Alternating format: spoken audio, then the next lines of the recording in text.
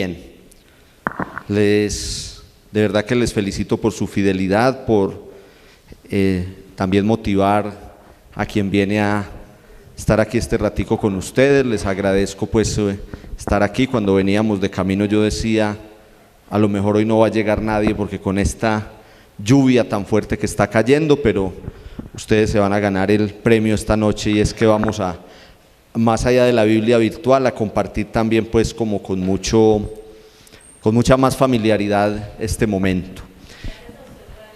No, Ave María, es un gustazo estar aquí con ustedes. En el último encuentro que tuvimos antes del día festivo, habíamos entrado en la última parte de la historia deuteronomista. No perdamos de vista en qué es que estamos. Estamos en los libros históricos, que es el segundo bloque de la Sagrada Escritura. El primer bloque es el Pentateuco: Génesis, Éxodo, Levítico, Números y Deuteronomio, los primeros 5 libros de la Biblia. Hemos venido aprendiendo aquí en nuestro curso que el contenido de la Sagrada Escritura es una historia, ¿se acuerdan? Llamamos historia de salvación, va avanzando. Por eso hemos decidido aquí en nuestro curso hacer un estudio como lineal, podríamos decir, de la Sagrada Escritura, desde el primer libro del Génesis, y tenemos por meta llegar al Apocalipsis. Estamos en el Antiguo Testamento, ya estudiamos el primer segmento en el módulo primero, ahora estamos en el módulo 2, que lo hemos titulado Libros Históricos, siguiendo lo que nos dice la palabra de Dios en su misma lista, en lo que llamamos el canon de la Sagrada Escritura. Los libros históricos los vamos a dividir como en 3 segmentos, ¿sí se acuerdan o no? Historia deuteronomista, ¿qué más? Historia cronista y lo que llamamos otros libros históricos, ¿cierto? Estamos terminando hoy, si Dios quiere, en este encuentro, la historia deuteronomista, conformada por los libros de Josué, Jueces, Samuel y Reyes. Hay 2 libros de Samuel y hay 2 libros de Reyes. El libro de Josué, la conquista de la tierra prometida. Cuando ya el pueblo entra a la tierra prometida, ahí empezamos este módulo en el que estamos. El libro de los Jueces, esos personajes que los hemos llamado como próceres, líderes puestos por Dios para que sacaran al pueblo de la opresión en que caían. ¿Por qué caían en la opresión? Por la infidelidad, ¿cierto?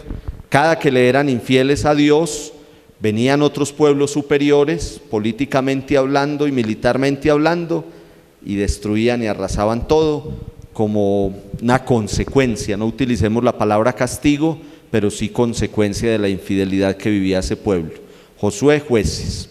Samuel es como la transición, los 2 libros de Samuel, entre los jueces. ¿Quién fue el último juez? ¿Se acuerdan?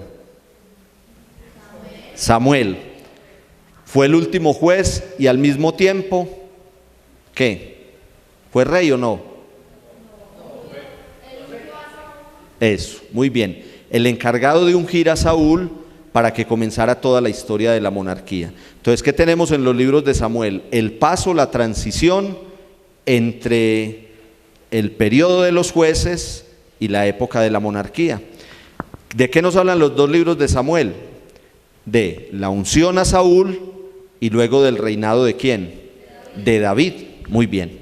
Miren que ahí hicimos así muy brevemente un repaso general de lo que llevamos hasta ahora. ¿Qué empezamos a ver en nuestro último encuentro? Empezamos a ver los libros de los reyes. Son 2 los libros de los reyes.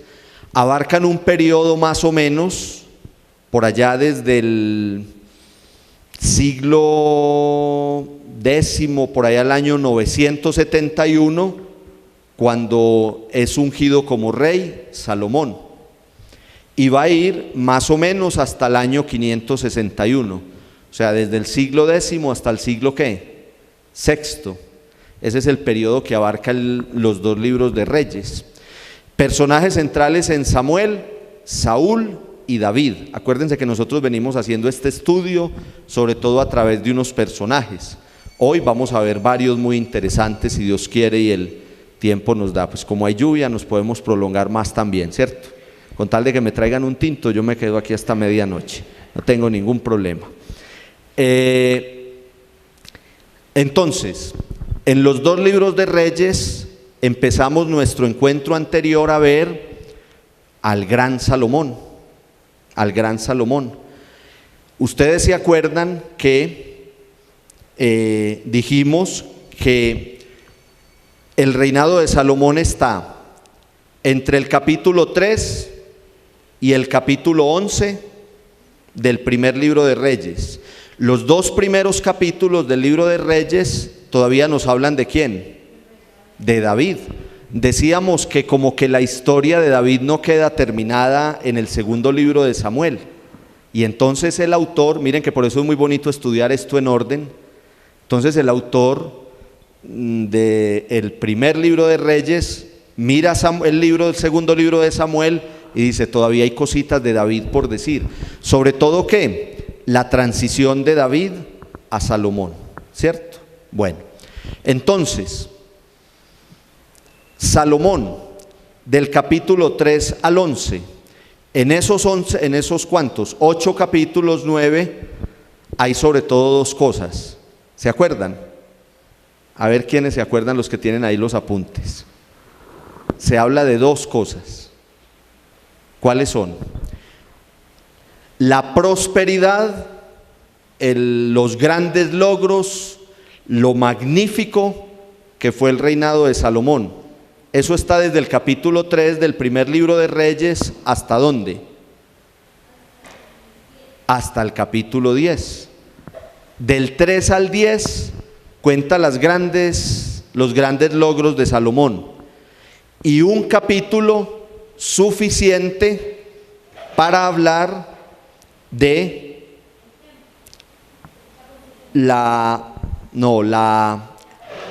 acuérdense que terminamos en ese encuentro pasado hablando de ello. Yo creo que lo leímos ya para irnos, me parece. Del ocaso, de la caída, del fracaso del reinado de Salomón. ¿Sí se acuerdan o no? ¿Por qué fracasó el reinado de Salomón? Eso, las 2 cosas son lo mismo en el lenguaje bíblico. Infidelidad, que es igual a idolatría. ¿Sí se acuerdan que leímos ese texto? Pues para toda la gente que nos sigue también a través de la página de la comunidad, les recordamos entonces lo que estamos diciendo. Capítulo 3 al 10 del primer libro de Reyes. Usted coge en su Biblia, ahora no vamos a leer mucho de allí, de pronto leemos lo del ejemplo de sabiduría que les decía yo a ustedes la vez pasada, que es muy bonito. Todo esto que estamos diciendo, hasta aquí va el repaso para que no se me vayan a aburrir y ya vamos a avanzar.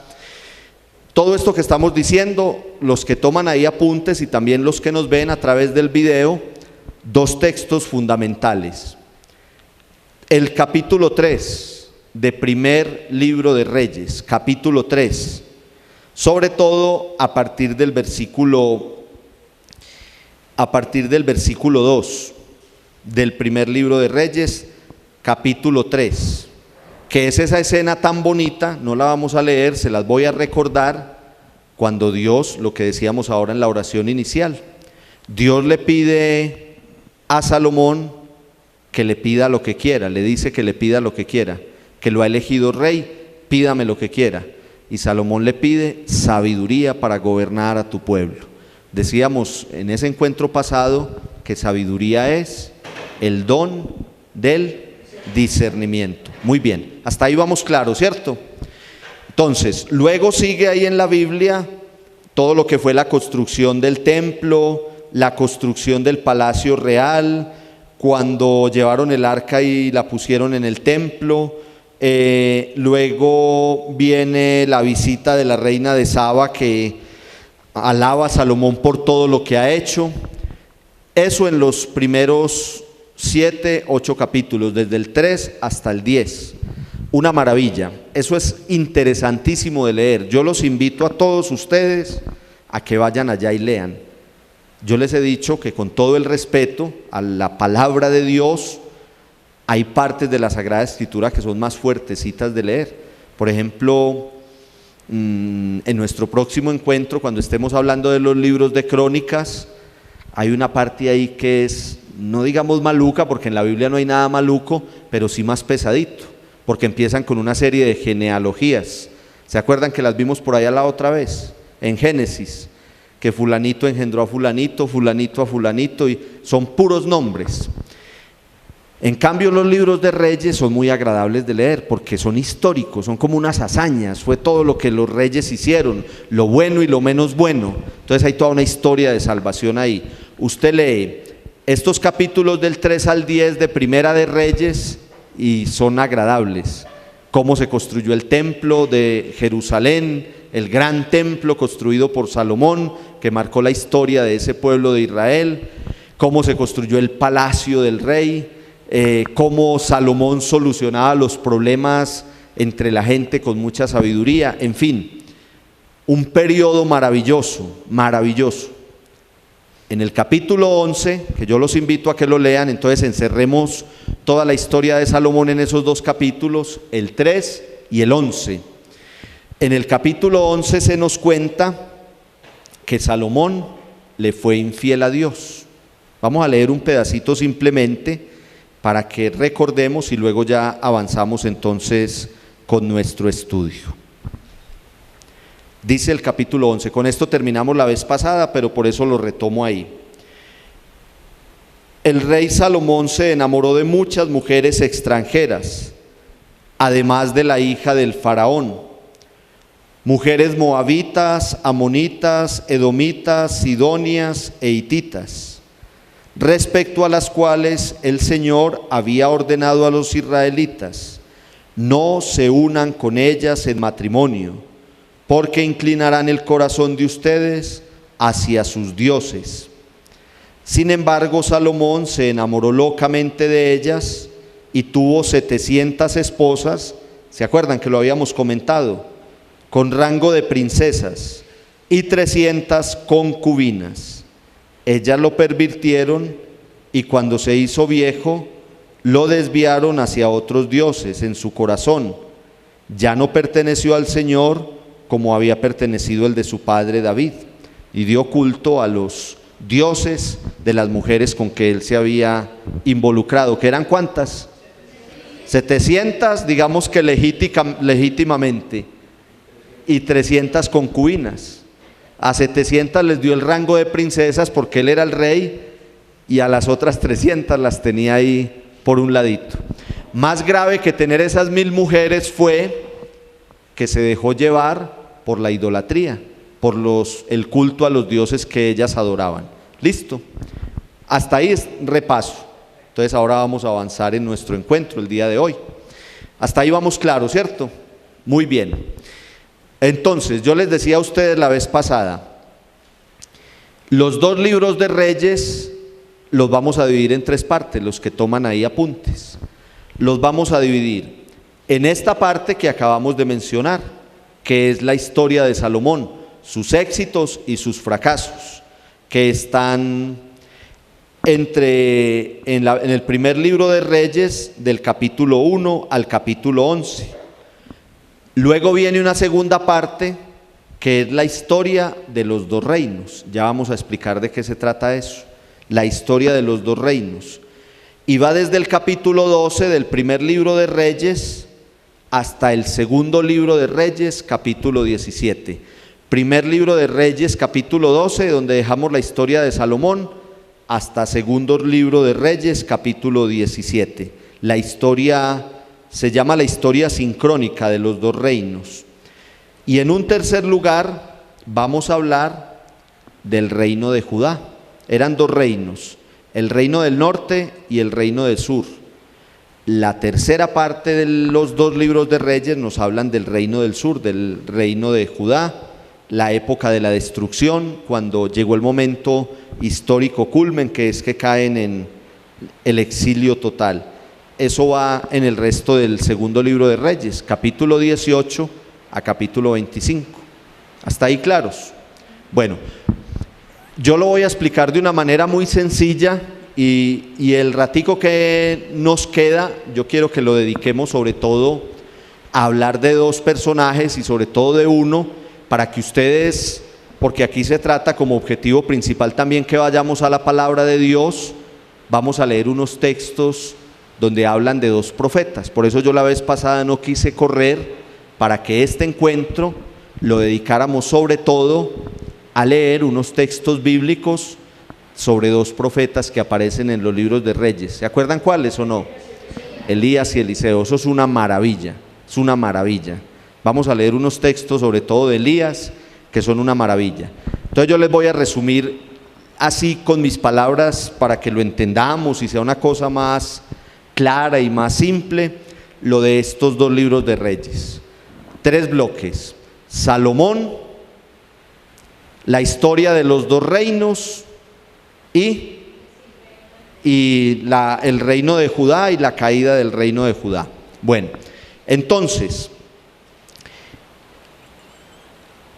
capítulo 12 del primer libro de Reyes, capítulo 12, versículos 16 a 20. Texto muy importante para que entendamos la segunda parte. Ya estudiamos capítulo 12 del 16 al 20. Les voy a decir qué pasó. Salomón, esplendor, majestad, construcciones, políticamente echó todo para adelante. Los de los otros pueblos iban a admirar todo lo que hacía Salomón. Él recibió de Dios el premio que pidió. ¿Y cuál fue el premio que pidió? Sabiduría. Esa sabiduría se la mandó Dios, y por eso el tipo le fue tan bien y fue espectacular su gobierno. Pero esa sabiduría se le acabó. ¿Se la quitó Dios? No, él mismo quiso acabarla cuando le fue infiel a Dios con la idolatría. Ya lo hemos repetido varias veces. ¿Qué pasa?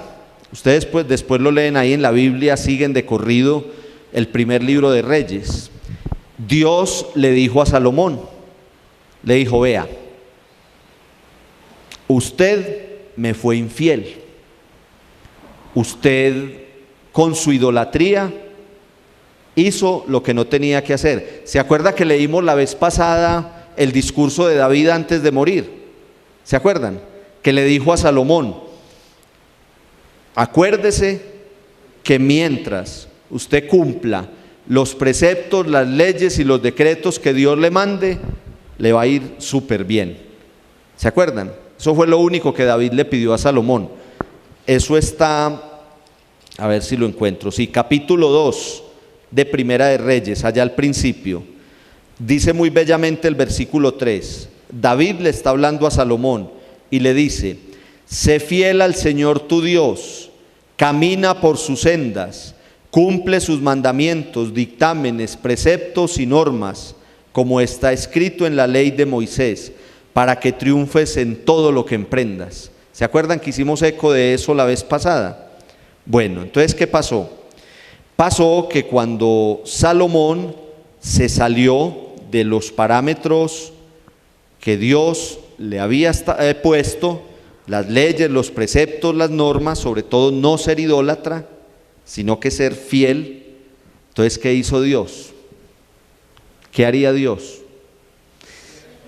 Le dijo: vea hermano Salomón, usted me pidió sabiduría, le di sabiduría. Ahora, usted me fue infiel, fue idólatra, yo ya no lo puedo acompañar más. O sea, hicimos un pacto, y un pacto es de lado y lado, y hemos insistido mucho aquí miren que estamos terminando la historia deuteronomista, hoy la terminamos para que la próxima semana, en el próximo encuentro, empecemos la cronista. Y miren que hemos dicho que toda esta historia deuteronomista se resume en fidelidad de Dios, infidelidad del pueblo. ¿Se acuerdan? Es una historia que se repite y se repite y se repite, y yo les he hecho a ustedes aquí la homilía, que es lo mismo que vivimos hoy muchas veces, que la bendición llega cuando hay fidelidad. Salomón, mientras fue fiel a Dios, Le llegaron todas las bendiciones a él y a su pueblo. Cuando Salomón le es infiel a Dios, la consecuencia va a ser negativa. Eso es, digo yo, me atrevo a decir, es muy matemático. Bueno, entonces Dios le dice a Salomón, le dice, este reinado va a perder su esplendor, va a perder su esplendor, va a haber lo más grave que puede haber, lo más grave que puede haber en cualquier situación humana, división. ¿Ustedes han notado eso? Cuando hay división, la cosa se daña. Por ahí está esa máxima que utilizan en el mundo civil, que es divide y vencerás, ¿se acuerdan? Donde llega la división, la cosa se corrompe, hasta ahí llega la cosa. Entonces, ¿qué le dijo Dios a Salomón? Le dijo, este reinado, Israel como pueblo, como nación, entonces ya recorrió, ya salió de la esclavitud, recorrió el desierto, pasó por el Sinaí, hicimos una alianza, ahí les estoy resumiendo toda la Biblia hasta donde vamos. Hicimos una alianza, llegaron a la tierra prometida, se establecieron en la tierra prometida, dividieron todo como lo tenían que hacer, van prosperando, van progresando, pasaron de llegar ahí muy tímidos a la tierra prometida y ahora tienen el gran templo, el gran palacio, el rey es respetado en todos los pueblos de alrededor, una cosa maravillosa. Pero como usted se puso a ser idólatra, entonces ahora se va a dividir este reino. Esa va a ser la consecuencia de su idolatría. Se va a dividir este reino. Pero miren cómo es Dios. Todo esto que yo les estoy diciendo es para no leer los textos. Ustedes van ahí y los buscan. La tareita que va a quedar hoy es esa. No les voy a dar una tarea concreta, sino que empiecen a leer todo el primer libro de Reyes. Anímense, que es muy bonito de leer. Todos los días lean un pedacito del primero y el segundo libro de Reyes. Y con todo esto que estamos hablando aquí, los van a entender súper bien, no tiene ningún enredo, pero siempre desde esta visión que lo estamos haciendo aquí. Entonces miren lo que le dijo Dios a Salomón. Le dijo, mientras usted esté vivo, por respeto, oiga pues cómo es Dios, de fiel, una fidelidad sin límites, como lo decimos nosotros en los salmos. Por respeto a mi siervo David, que yo le prometí el reino y la prosperidad, por respeto a él, yo no voy a dividir el reino mientras usted, que es el hijo de David, esté sobre esta tierra. Pero de una vez se lo digo, Salomón, por su infidelidad y su idolatría, cuando usted muera, esto aquí se va a armar, mejor no digo la palabra, porque Dios tampoco la dijo, ¿cierto? Pues imagínense en qué se armó eso que están pensando se armó allá. No, el desorden, se armó un desorden tremendo. El caos, división a partir del momento en que muera Salomón. ¿Sí entienden dónde va la historia? 3 partes de los 2 libros de Reyes. Salomón, historia paralela de los 2 reinos, y luego el reino de Judá, el reino del sur, su caída, ¿cierto? Bueno, vamos a empezar la segunda parte. Historia paralela de los 2 reinos. ¿Eso qué quiere decir? Murió Salomón y Dios cumplió con lo que les había dicho. ¿Qué le había dicho? Apenas usted muera, esto va a entrar en caos y en división y se va a acabar la prosperidad de este reino. ¿Por qué? Porque hubo pecado de idolatría. ¿Cómo se hizo eso? Muy fácil. A Salomón, en ese orden, así como Salomón sucedió a su padre David, imagine cuántos hijos tendría Salomón con 1000 mujeres. ¿Ustedes se imaginan? Yo creo que tenía, imagínense, tenía más hijos que los habitantes de Manizales, ¿cierto? Bueno, por ahí debe decir en alguna parte cuántos llegó a tener. Pero el hijo que tenía que sucederle en el trono se llamaba Roboán, se llamaba el hijo, Roboán. Roboán tenía todo listo y dijo, listo, yo voy a ser el encargado aquí de seguir con todo lo de mi papá. Pero lo que no sabía Roboán es que Dios le había dicho a Salomón que la cosa se iba a dividir. Entonces tenía un superintendente Salomón, como su mano derecha, militar y políticamente hablando, que se llamaba Jeroboam. Y entonces Jeroboam se metió en la cuestión y dijo, no, pues es que aquí yo conozco más de cómo gobernar que el hijo de Salomón, entonces yo soy el que va a gobernar. Y ahí llegó la división, porque entonces una gran parte del pueblo de Israel dijo, queremos que nuestro rey sea Jeroboam, o sea, no el hijo de Salomón, sino el que trabajaba con él. Y esos se fueron todos para lo que se llamó Reino del Norte. 10 tribus, muy bien, 10 tribus para el Reino del Norte. Y la capital fue Samaria. Y una sola tribu se fue con el hijo de Salomón para el sur. ¿Y la capital fue cuál? Jerusalén. Entonces, Reino de Judá, capital Jerusalén. Eso no es tan importante que se lo aprendan de memoria, pero sí para que entendamos. Entonces se dividió el reino. ¿Listo? Entonces, del capítulo, anoten ahí, ustedes después leen con calma. Del capítulo 12 del Primera de Reyes al capítulo 17 de Segunda de Reyes nos va a contar toda esa historia del momento en que existían dos reinos. Entonces va contando la historia paralela. En el reino del norte pasaba esto y en el reino del sur pasaba esto. Y entonces estuvo dominado sobre todo por dos momentos de grandes disputas entre los dos reinos. Peleaban entre ellos. Y un momento central de paz. O sea, un momento de división, un momento de paz y otro momento de peleas nuevamente.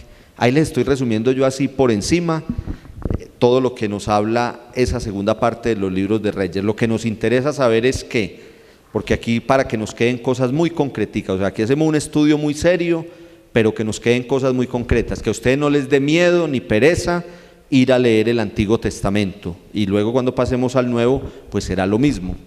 Entonces, cuando usted en su casa abra su Biblia y vea los dos libros de Reyes, usted ya sabe que le van a hablar de esas tres cosas: periodo de Salomón, división de los dos reinos, y luego dedica un pedazo, la última parte, a partir de Segunda Reyes 18, le va a hablar de el reino del sur y su caída definitiva. Y luego en el libro de Crónicas va a empezar otra historia, que es ya el restablecimiento, el volver del exilio y empezar a reconstruir todo. Es una historia muy bonita, pero hay que entender esta de los reyes para poder ver cómo fue como un nuevo comenzar. Imagínense ustedes que toda la ciudad es devastada, todo es aniquilado, todo es acabado, se los llevan, a los que quedan vivos se los llevan deportados. Ahí termina el libro de Reyes, en que están allá en el exilio, y luego el libro de Crónicas nos va a empezar a contar, y sobre todo después Esdras y Nehemías, que es lo que llamamos historia cronista, Crónicas, Esdras y Nehemías, nos va a contar el restablecimiento, cuando todo vuelve a su orden y a su paz. ¿Sí ven lo bonito que va la historia en un orden secuencial? Bueno, hasta ahí entendido. ¿Listo? Ya son ustedes expertos en los libros de Reyes, ¿vio? ¿Qué tal que no hubieran venido hoy? ¿Ah? Si hubieran perdido esta maravilla. ¿Ah?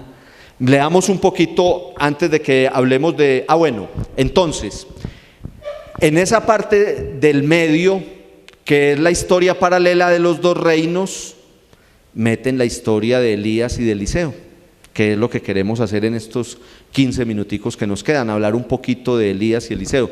Pero antes yo quiero leerles donde habla de lo de la división del reino. Capítulo 12, que se los anuncié hace rato. ¿De dónde a dónde? Es que este padre habla de todo y vea, hace como una hora les anticipé que les iba a leer este texto y ya iba a ir a leerles otra cosa. Muy bien. Dice aquí, viendo capítulo 12, versículo 16 de Primera de Reyes. Viendo todos los israelitas que el rey no los había escuchado, le dijeron: ¿qué tenemos que ver nosotros con David? ¿Acaso tenemos algo en común con el hijo de Jesé? A tus tiendas, Israel, y ahora preocúpate por tu familia, David. Los de Israel regresaron a sus casas. Si bien los israelitas residentes en las ciudades de Judá siguieron sometidos a Roboán, el rey Roboán envió como mediador a Adomirán, el encargado de reclutar trabajadores. Pero los israelitas lo mataron a pedradas, eran muy mansitos. Y el propio Roboán tuvo que subir a toda prisa en su carro de guerra y escapar a Jerusalén. Así se separó Israel de la dinastía de David hasta el día de hoy. Cuando todo Israel se enteró del regreso de Jeroboam, que era el superintendente de Salomón, mandaron a llamarlo para que fuera a la asamblea. Lo proclamaron rey sobre todo Israel. Solo permaneció fiel a la casa de David la tribu de Judá. Ahí está la división, ¿sí ve cómo la cuenta? Pues yo les leí desde ahí. Si leen más atrás se dan cuenta por qué estaban tan bravos con el hijo de Salomón, con Roboán. Pero la clave es esa, eso se entiende, ¿cierto? Hasta ahí entendemos la cosa. Bueno, yo quiero que en este ratico nos dediquemos a mirar un poquito, entonces la tercera parte, que no la mencionamos mucho, Segunda Reyes, desde el capítulo 18 hasta el 25, nos va a hablar de la destrucción del reino del sur, que era lo único que quedaba ya. El reino del norte ya había sido destruido. Samaria fue destruido, que era la capital del reino del norte, fue destruida en el año 722. Entonces quedó solamente el reino del sur, esa tribu. ¿Cómo se llamaba la tribu de abajo? La tribu de Judá. Esa fue destruida luego en el siglo VI, el famoso venir Babilonia, que era un poder superior, una potencia, y destruyó todo lo que había. Se los llevó deportados, es decir, como secuestrados, podríamos decir nosotros, y los puso allá en su tierra y tenían que seguir sus costumbres y estaban allá como secuestrados dentro de la ciudad. Y termina muy bonito el segundo libro de Reyes diciendo que hubo un rey de Babilonia que les dio como un indulto, les dijo: no, ustedes ya pueden regresar. Ahí termina. Mira que yo les digo a ustedes que esto es como una saga, porque una cosa se va uniendo con la otra. El próximo encuentro lo empezaremos, yo no lo quiero leer hoy, si alguno no aguanta la intriga, vaya y lo lee, el último pedacito de Segunda de Reyes. Ahí vamos a leer el próximo encuentro para podernos meter en los libros de crónicas que nos van a contar ya el restablecimiento, cuando volvió a comenzar todo. Pero eso fue gracias a que en segundo libro de Reyes, el rey de Babilonia les dio como el indulto, les dijo: bueno, listo, yo los voy a dejar que se vayan y que reconstruyan su ciudad y que vuelvan a empezar. Muy bonito, ¿no? Bueno, aproveche hoy que estamos poquitos para que pregunte. A Dios, porque león en el lenguaje bíblico es como la fuerza, el poder, piensen en ese león, ¿cierto? Que es no tanto como feroz en un sentido negativo, sino siempre lleno de fuerza y de poder, ¿cierto? Y como quiera, siempre estuvo protegiendo a la tribu. O sea, pasaron muchas situaciones difíciles, pero vamos a ir viendo en ese transcurso de la historia cómo, a pesar incluso de la destrucción total, llega un nuevo comenzar. ¿Se acuerda cuando hablábamos, yo les hablaba a ustedes, aquí también haciéndoles un resumencito así como el que siempre les hago? Yo a veces soy muy repetitivo en eso, pero es para que nos queden ideas fijas. Yo lo hago porque así estudio yo. Yo me leo un libro, subrayo y voy 10, 20 o 30 veces sobre lo que subrayo. Y a veces con solo ver el subrayado ahí todo torcido, ya sé qué dice. O sea, cuando lo veo digo: aquí esto habla de tal cosa, pero es la manera de uno acordarse. Entonces yo por eso les insisto a veces tanto sobre unas cosas. Yo aquí un día les decía a ustedes en el repasito que cuando en el Génesis, por ejemplo, hablamos del diluvio, de la Torre de Babel, de esos episodios como negativos entre comillas, no los tenemos que ver así. Y yo les hablaba de una palabrita y les decía que es una recreación. ¿Se acuerdan? Yo un día hablándoles del diluvio les decía eso, a propósito hoy que está cayendo este diluvio. Una recreación, porque Dios quiere un volver a comenzar. Nos creó allá en Adán y Eva y toda la historia tan bonita del paraíso. Nos equivocamos, fallamos, nos salimos del plan de Dios, y no es que les termine, sino que da un principio de oportunidad, un volver a comenzar, un recrear. Entonces, Dios es visto en toda esa historia de la monarquía como el que, a pesar de todas las adversidades del pueblo, Él está ahí con fuerza y con poder para dar una nueva oportunidad. Ahí estamos llegando a que el exilio, cuando llegó el poder de Babilonia y destruyó todo lo que Salomón había construido, era como una lección, ¿cierto? No un castigo, sino una lección. Salomón creyó pues que estaba en el curuíto de la cosa y que todo era perfecto, y murió Salomón, y ¿qué le dejó a sus descendientes? Les dejó división por su pecado. De nada sirvió un periodo larguísimo. Estamos sacando como la enseñanza de los libros de Reyes. De nada le sirvió un periodo larguísimo de administración de la sabiduría que Dios le dio, si al final lo que les dejó fue división por el pecado. Donde hay pecado hay división. Entonces, Dios permite que llegue la devastación, que llegue Babilonia y destruya todo lo que Salomón había hecho. ¿Por qué? Por lo que sigue, que vamos a estudiar en el encuentro siguiente, que es muy bonito. Yo también les digo eso para que no vean la hora que sea jueves para venir, ¿cierto? Les veo yo, si me lo encuentro el miércoles, les veo una cara de ansiosos tremenda, ¿cierto? Un nuevo comenzar, es la historia de la salvación, vuelve. Entonces, arrasaron con todo, estuvieron allá exiliados, pero van a volver a comenzar, de la mano de unos personajes muy importantes que fueron Esdras y Nehemías, y también los profetas. Entonces, ¿por qué el león? Porque es el de la fuerza, es el del poder, es el que acompaña y no va, como que cuida, ¿cierto? El que cuida y defiende, que en últimas no va a dejar acabar al pueblo. Es muy bonito en ese sentido. Bueno, listo. Eso, aprovechen hoy que esto está bueno. No.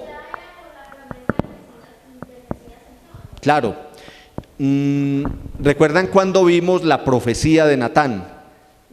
Segundo libro de Samuel, capítulo 7. ¿Se acuerdan? Que Dios, a través de un profeta llamado Natán, le dijo a David. ¿Se acuerdan? Le dijo, de tu descendencia vendrá el Mesías. Pues palabras más, palabras menos, le dijo eso. Cuando Dios le dice a Salomón, vamos a destruir esto, va a haber división, pero no le va a tocar a usted, sino a sus descendientes.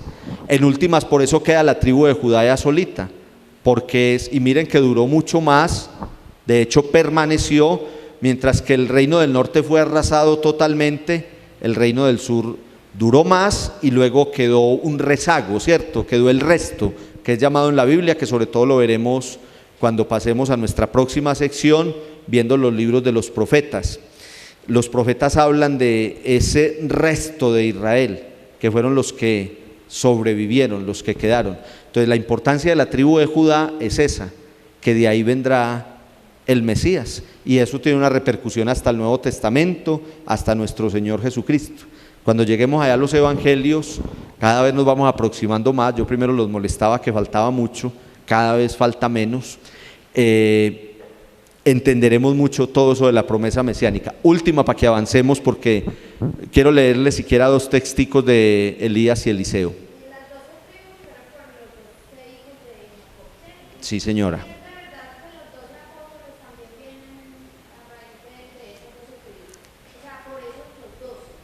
Esa pregunta es demasiado importante.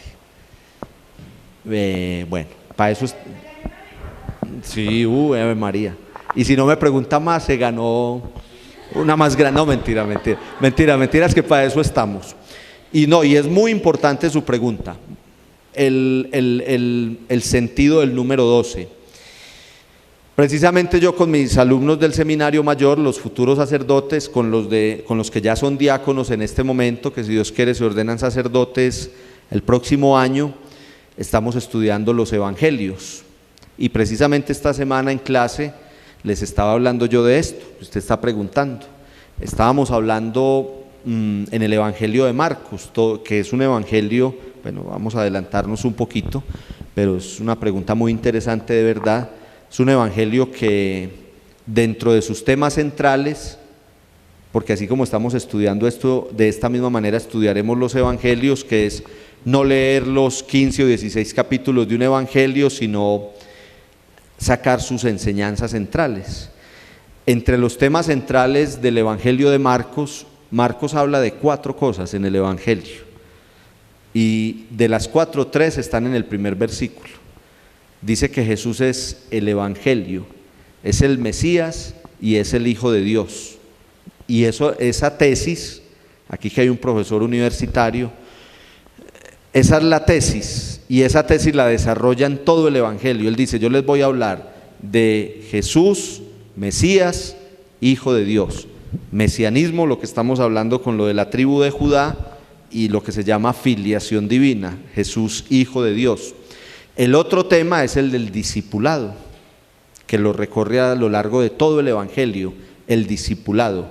¿Qué es el discipulado? El llamado. Entonces, en Marcos nos enseña, el evangelio de Marcos, que Jesús llama a 2 grupos distintos. Es la misma cosa, pero dividida en 2 partes. Los 12, ¿y cuál es el otro número? ¿Quién se acuerda? 72. Llama a los 12 y llama a los 72. ¿Quiénes son los 12? Los 12 son los que van a dar la garantía de la continuidad con el Antiguo Testamento. Eso es muy bonito. Por eso le digo que su pregunta es muy importante. Así como allá desde el principio tenemos la elección de 12 tribus, y en todo esto que venimos hablando en la época de la monarquía, esas 12 tribus se sostienen ahí, y las 12 tribus son como la universalidad de los llamados por Dios, o sea, abarcan al pueblo de Israel. En las 12 tribus está representado todo el pueblo elegido. ¿Sí me entienden? Cuando en Marcos, y en general en los evangelios sinópticos, en Marcos, Mateo y Lucas, se habla de los 12, se quiere dar una garantía de continuidad con el pueblo de Israel. Es muy bonito eso. Digamos, atrevámonos a decir que cada uno de los discípulos es el representante de una de las tribus de Israel. Es eso. Y una palabrita para acabar esta pregunta. Y los 72, pues para no dejarles en el ambiente ahí lo de los 72, los 72 nos representan como al resto, ¿cierto?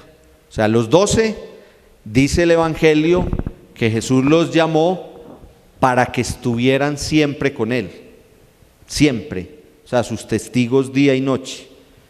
Los 72 era el grupo más amplio de los que siempre iban detrás del Señor. Cuando ustedes oyen en el evangelio o cuando leen que se fue por allá para una montaña Jesús y lo seguía un poco de gente, ahí estaban los 72. Y que entró a un pueblito y que la gente salía a las orillas del pueblo, ahí estaban los 72. Y que les llevaban un poco de enfermos para que los curara, ahí estaban los 72 llevándole los enfermos. Es como, no es que unos tengan más compromiso que otros, porque todos tenemos igual de compromiso dentro de la iglesia, pero es como los que están dedicados las 24 horas del día a ese seguimiento, y los que siguen a ratos, no en el sentido de que los otros ratos no están pendientes del Señor, pero que están en sus demás oficios, pero van a estar allá con Él. ¿Se entiende? Es eso. Muy bien. Podría ser. Yo no lo quería decir, pero todo lo que estoy bregando a explicarles, estaba tratando de ver cómo explicar eso. Muy bien. Perfecto. No le hubiera dado yo tantas vueltas. Es eso. Pero me gusta porque entonces quedó bien entendido, ¿cierto? Listo. Bueno, digamos que ahí quedó resumido el libro de Reyes. Listo. ¿Sí se entendió? 3 partes. Salomón con éxitos y fracaso. Ya saben por qué el éxito y por qué el fracaso. Éxito porque pidió sabiduría, fracaso porque fue idólatra, infiel. Historia sincrónica llaman los manuales bíblicos. Historia sincrónica de los 2 reinados. La cuestión se dividió por la infidelidad de Salomón, no le tocó a él sino a su descendencia, que eso en un lenguaje bíblico es más grave, porque cuando las penas, los castigos, las consecuencias, también las bendiciones recaen sobre los hijos, es o más difícil o más bueno. Bueno cuando es bendición, o sea, un padre de familia israelita quiere que su bendición caiga no sobre él, sino sobre su hijo. O sea, se esfuerza por agradar a Yahvé para que Yahvé le envíe bendición a su descendencia. Eso no es muy distinto a nosotros, ¿cierto? ¿Qué quiere un padre de familia? Que su hijo esté bien, ¿cierto? Pero entonces, cuando ese padre de familia se equivoca, lo hablábamos la vez pasada, lo de las ataduras intergeneracionales, ¿no? Cuando yo cometo mi falta, mi pecado, y lo que estoy haciendo es transmitirle una consecuencia ahí a los que vendrán, ¿cierto? Es lo mismo. Digamos que lo de el pobre Roboán fue una atadura intergeneracional, ¿cierto? El papá la embarró y la consecuencia la llevó él, que iba por 12 tribus y le tocó una. ¿Sí ven? Bueno, se entiende la cosa, ¿cierto? Historia sincrónica de los dos reinos, entonces eso, periodo de luchas, periodo de paz y periodo de luchas nuevamente en esos dos reinos. Y por último, la historia de Judá, con lo que vivió después de la caída del reino del norte, y al final que le dan, como les dije yo a ustedes ahora, que el rey de Babilonia les dio, se me olvidó la palabrita, un indulto para que pudieran volver a iniciar todo. Ahí tenemos listo el periodo de la monarquía. Todo eso que estamos diciendo es, y miren lo importante de que vayamos enchufaditos sección por sección, encuentro por encuentro, todo eso, acuérdense, cuando en Samuel el pueblo de Israel le dijo a Samuel: queremos tener un rey como los demás pueblos. ¿Sí se acuerdan o no? De allá viene todo. Entonces Dios le dijo: hágale, quieren tener un rey como los demás pueblos, lo tendrán. Y yo les dije a ustedes en ese momento, después vamos a entender cuando veamos la época de la monarquía cuál fue la consecuencia del asunto.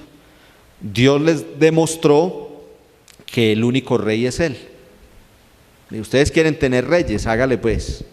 Pero miren, les dio reyes, trató Dios de llevar a esos reyes por el camino que era, sin embargo esos reyes terminaron saliéndose del camino. Y vamos a empezar a estudiar en la historia cronista cómo tienen que empezar un nuevo periodo sin rey, sino ya de otra manera. Ya vendrán profetas y vendrán otros personajes iluminados por Dios para que vayan guiando al pueblo. Pero el pueblo quería, como lo estudiábamos allá cuando vimos ese texto de queremos reyes como los demás pueblos, queremos un rey como el que tienen los demás pueblos, querían fabricar su mundo sin tener a Dios como rey, y eso se les cayó. Duró un tiempito y después se les cayó. Yo quisiera decirles muchas otras cosas, porque es que eso todo tiene mucha aplicación para nuestro mundo, todo, para nuestra vida y para nuestra actualidad. Hay gente que le dice a uno, y por ahí está en un salmo: ¿por qué triunfan los malvados? Se pregunta un salmo, dice: el justo se pregunta, ¿por qué triunfan los malvados? Son triunfos efímeros, esa es la palabra, son triunfos efímeros. O sea, el que fabrica una vida sin Dios aparentemente puede tener unos días ahí muy bien, pero eso se cae solito, eso se derrumba. Acuérdense, el que dice la palabra en el Nuevo Testamento: el que construye su casa sobre la roca y el que la construye sobre la arena. Usted construye una casa sobre la arena y le puede poner de ahí para arriba todo el oro y todos los diamantes y todos los materiales más finos que encuentre, pues, y la van a ver y van a decir: uy, qué casa tan hermosa, todos la admiran, qué envidia. Pues eso se cae, ¿cierto? Eso se cae. En cambio, si usted la pone sobre cimiento firme, que es Dios, la roca, eso siempre se va a sostener. ¿Sí ven? Entonces es más o menos esa la historia. Bueno, yo no los quiero demorar mucho para que vayan a secarse sus trajes. Vamos a mirar un textico al menos bueno, entonces yo les he insistido que como tareita lean los dos libros de Reyes, léanlos, que son, yo creo que lo que hemos hablado hoy ha sido agradable, ¿cierto? Ha sido una historia muy interesante. Usted va y la lee en la Biblia y la va a entender perfectamente, perfectamente. Usted dice: claro, vea, todo como nos lo estaban contando allá.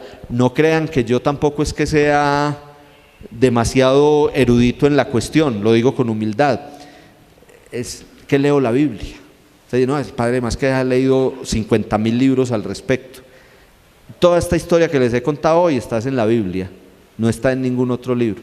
Yo cojo la Biblia y tomo unos apuntecitos aquí que nunca leo, ¿cierto? Pero es leer la Biblia y ahí está, uno la entiende con la luz del Espíritu Santo y pedirle esa sabiduría como la que pidió Salomón, y uno ahí se va yendo y la palabra es demasiado clara. Todo esto que hemos dicho hoy está en la Sagrada Escritura, ahí está. Usted coge la Biblia y empieza a leerla, y con estas lucecitas que vamos, son unas lucecitas, este objetivo aquí es unas lucecitas para aprender a leer la Biblia, y yo creo que ahí vamos con la cuestión. Entonces, yo quería leerles aquí varios textos, pero no quiero tampoco demorarlos más de la cuenta. Yo les voy a pedir que le pongan mucha atención a partir del capítulo 17 de Primera de Reyes, que empieza esa historia de Elías. Primera de Reyes, a partir del capítulo 17, ahí van a encontrar lo que se llama el ciclo de Elías. Y luego en Segunda de Reyes 13, todo también lo referente a Eliseo. Si no tiene las citas, usted busca en su Biblia y ahí le da los titulitos. De Elías, sobre todo, decir que luego Eliseo va a ser la continuidad de lo que empezó Elías. Ustedes se acuerdan que luego fue arrebatado en un carro de fuego, ¿se acuerdan? Eso está ya en el segundo libro de Reyes, muy bonito. Y Eliseo era como su discípulo, entonces siguió con toda su obra. Pero ¿qué hizo Elías? Nada distinto a todo lo que venimos hablando. Él se preocupó por propagar el culto al único y verdadero Dios. Al único y verdadero Dios.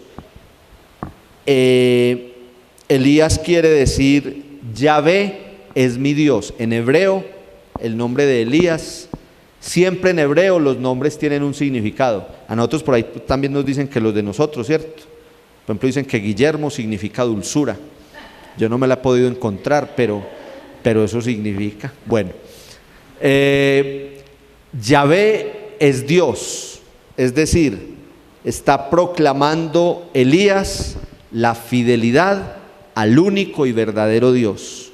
La fidelidad al único y verdadero Dios. Entonces, ¿qué hizo Elías? Ustedes van a leer y son unas historias más interesantes. ¿Han leído alguna cosa de Elías o no? Ustedes cojan a Primeras Reyes a partir del capítulo 17 y eso es una maravilla, porque él se dedica a pelear con los falsos profetas, con los profetas de los falsos dioses, a mostrar cómo el único que salva y el único que manda las bendiciones y el único que nos llena del sumo bien es Dios.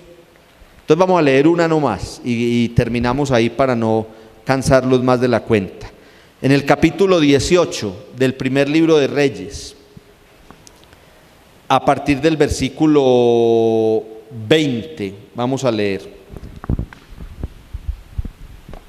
Capítulo 18 de Primera de Reyes, versículo 20 y siguientes. Entonces dice así: Ahab convocó a todos los israelitas y a todos los profetas. Cuando dice ahí a todos los profetas, eran los profetas de los falsos dioses. Los convocó en el monte Carmelo. Elías se adelantó hacia todo el pueblo y dijo: ¿hasta cuándo van a andar cojeando de las dos piernas? Si el Señor es Dios, sigan al Señor, y si lo es Baal, sigan a Baal. ¿Qué está predicando ahí Elías? ¿Qué está predicando ahí? Fidelidad a Dios.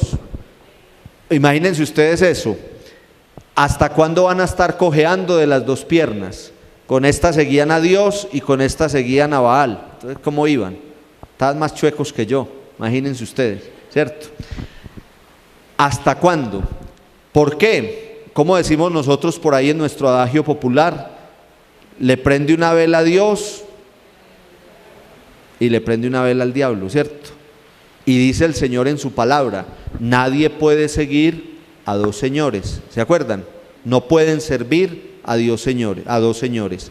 Y también dice, esto es muy aplicado a nuestra vida de hoy. Mire que estamos, lo que yo les insisto tanto a ustedes, que el Antiguo Testamento es un mensaje muy actual. A veces nosotros creemos que eso se quedó allá y que no, es un mensaje muy actual. El Señor también dice en el libro del Apocalipsis: yo necesito que seas frío o que seas caliente, porque lo tibio me dan ganas de vomitar. Tremendo, ¿cierto? Como diciendo, opción radical. Eso es para nosotros. O sea, si vamos a seguir al Señor, sigámoslo, ¿cierto? Pero no chuecos de los dos pies, yo de las dos patas, eso suena muy feo. Bueno, muy bien. Entonces Elías va y les dice, porque los convoca Ahab, el rey, y les dice: vámonos para el monte a invocar a los Baales, a los dioses falsos. Entonces Elías se les adelanta y les dice: ustedes queden aquí reunidos, ¿a quién vamos a seguir entonces? Ustedes a raticos con Yahvé y a raticos con Baal. No, así no. Entonces miren pues lo que pasó. El pueblo no dijo nada. Entonces Elías continuó: solo he quedado yo de los profetas del Señor, mientras que los profetas de Baal son 450. Imagínense. Pero era tremendo Elías, porque fue y dio la pelea. Dijo: aquí hay 450 profetas de Baal y estoy yo solito como profeta de Yahvé. Vamos a ver qué pasa aquí. Y hay una palabrita muy bonita que ustedes conocen muy bien. No solo la conocen, sino la experimentan. Y es la historia que vamos a leer para que terminemos hoy. Dios siempre respalda. ¿Ustedes se han sentido el respaldo de Dios o no? Siempre respalda, siempre. Aunque parezca que uno va en contra de la corriente, ahí está Él respaldando. Pues bien, entonces Él los toreó, los retó. Pues bien, traigamos 2 novillos, que ellos elijan uno, lo descuarticen y lo coloquen sobre la leña, sin encenderla. De igual manera prepararé yo el otro, que ellos invoquen el nombre de sus dioses y yo invocaré el nombre del Señor. El que responda enviando fuego, ese será el verdadero Dios. Tremendo, ¿sí o no? Hágale. Era la manera de hacer sacrificios. Inmolaban el novillito, ¿no? Lo sacrificaban. Él dijo: hágale, hagan ustedes alisten el sacrificio y yo alisto el sacrificio, pero no le vamos a prender candela. Que sea o el Dios de ustedes o el verdadero Dios el que venga y le prenda candela al sacrificio. ¿Sí ven por dónde va la cosa? Esto es muy bonito. Respondió el pueblo: de acuerdo. Elías dijo a los profetas de Baal: elijan ustedes el novillo y comiencen, porque son más. Invoquen el nombre de su Dios, pero sin prender el fuego. Y les dio ventaja. Les dijo: empiecen a invocar a su Dios. Él estaba tranquilo y confiado. Le trajeron el novillo, lo prepararon y se pusieron a invocar el nombre de Baal, desde la mañana hasta el mediodía, gritando: Baal, respóndenos. Pero no se oía ninguna voz ni respondía nadie. Seguían danzando alrededor del altar que habían hecho. Al mediodía Elías comenzó a burlarse de ellos y les decía: griten más fuerte a Baal, que Baal es Dios. Quizás esté ocupado con negocios y problemas, o de pronto esté de viaje. Tal vez esté dormido y se despertará. Irónico Elías, ¿no? Irónico. Y estaba seguro que Baal no les iba a responder, pues si no existe. Ellos gritaban más fuerte según su costumbre. Se cortaban con espadas y lanzas hasta lograr que corriera la sangre por su cuerpo. Esto también nos enseña cómo hacían los sacrificios a los falsos dioses, ¿no? Se laceraban ellos para ofrecer esa sangre. Después del mediodía se pusieron a delirar hasta la ofrenda del sacrificio vespertino, pero no oía ninguna voz, nadie respondía ni hacía caso. Entonces Elías dijo a todo el pueblo: acérquense a mí. Mucha seguridad en Dios tenía Elías, mucha seguridad. Los toreó todo el día, se burló de ellos. Y por la tarde les dijo: acérquense a mí. Todo el pueblo se acercó a él. Elías reparó el altar del Señor que había sido destruido, tomó 12 piedras, una por cada tribu de los hijos de Jacob, a quienes el Señor había dicho: Israel será tu nombre. Con ellas levantó un altar en honor al Señor, imagínense, solito. ¿Los otros eran cuántos? Imagínense ustedes a Elías solito preparando todo el altar allá. Lo rodeó de una zanja con cabida para 2 medidas de semilla, preparó la leña, descuartizó el novillo, lo puso sobre la leña y ordenó: llenen 4 cántaros de agua y échenla sobre el holocausto y sobre la leña. Luego dijo: háganlo otra vez. Lo hicieron. Ordenó de nuevo: háganlo una vez más. Por tercera vez la echaron. El agua corría en torno al altar hasta llenar la zanja. A la hora de la ofrenda del sacrificio, se adelantó el profeta Elías y dijo una oración: Señor Dios de Abraham, de Isaac y de Israel, que se sepa hoy que tú eres Dios de Israel, que yo, ese es el nombre de Elías, ¿no? Yahvé es nuestro Dios. Que se sepa que yo soy tu siervo, me perdí. Que sepa hoy que tú eres el Dios de Israel, que yo soy tu siervo y que por orden tuya hago todo esto. Respóndeme, Señor, respóndeme, para que sepa este pueblo que tú eres el Señor, el verdadero Dios, que eres tú quien lo lograrás, que el corazón de tu pueblo se convierta a ti. Entonces bajó el fuego del Señor, consumió el holocausto, la leña, las piedras y el polvo, y secó el agua de la zanja. Ustedes se debían estar preguntando: ¿y para qué hizo llenar esa zanja ahí de agua? Para que fuera tanto el fuego que secara toda esa agua. Como no fue una candelita, sino que fue un fuego devorador. Al ver esto, el pueblo se postró en tierra y exclamó el nombre de Elías: el Señor es Dios, el Señor es Dios. Elías les dijo: atrapen a los profetas de Baal, que ninguno se escape. Ellos los atraparon. Elías entonces mandó que los bajaran al torrente de Quizón, y ese pitico no lo leamos, y allí los hizo degollar por falsos profetas. Eso era tremendo. Pero si ven la historia, lo bonita, pues quítenle el último pedacito y vean lo bonita que es, ¿cierto? Si ven lo bonita que es. Él solito, invocando a Dios, le pidió respaldo, le pidió a Dios que viniera para que demostrara que es verdaderamente Dios, y la oración de todos esos que estaban en lo que no era, no sirvió para nada. Les leí esta para que ustedes se motiven a seguir leyendo. Esa del capítulo 19 es hermosísima, yo la tenía aquí para leérselas. El capítulo 19, sobre todo hasta el versículo 18, cuando Elías está en el monte y Dios se va a encontrar con él, y que Dios no está ni en el terremoto, ni en la tempestad, ni en el alboroto, sino que está en la leve brisa, en la tranquilidad, en la paz, en la serenidad. Ahí es donde está Dios. Tremendo, ¿no? Anímense a leer todo lo del ciclo de Elías y Eliseo. Listo, dejamos ahí, ¿sí o no? Sí, dejemos ahí. No es que hay que ir a buscar la casa, porque esto está como para meter entre las cobijas. Muy bien, pongamos a ponernos de pie, hacemos nuestra oracioncita a la Santísima Virgen María. Tarea: leer los libros de Reyes. Lean, van a ver lo chévere que es, teniendo esto ustedes fresquito en su cabeza. Lo mismo todos los que nos siguen a través del canal van a ver lo interesante que es leer todo lo relacionado al libro de Reyes.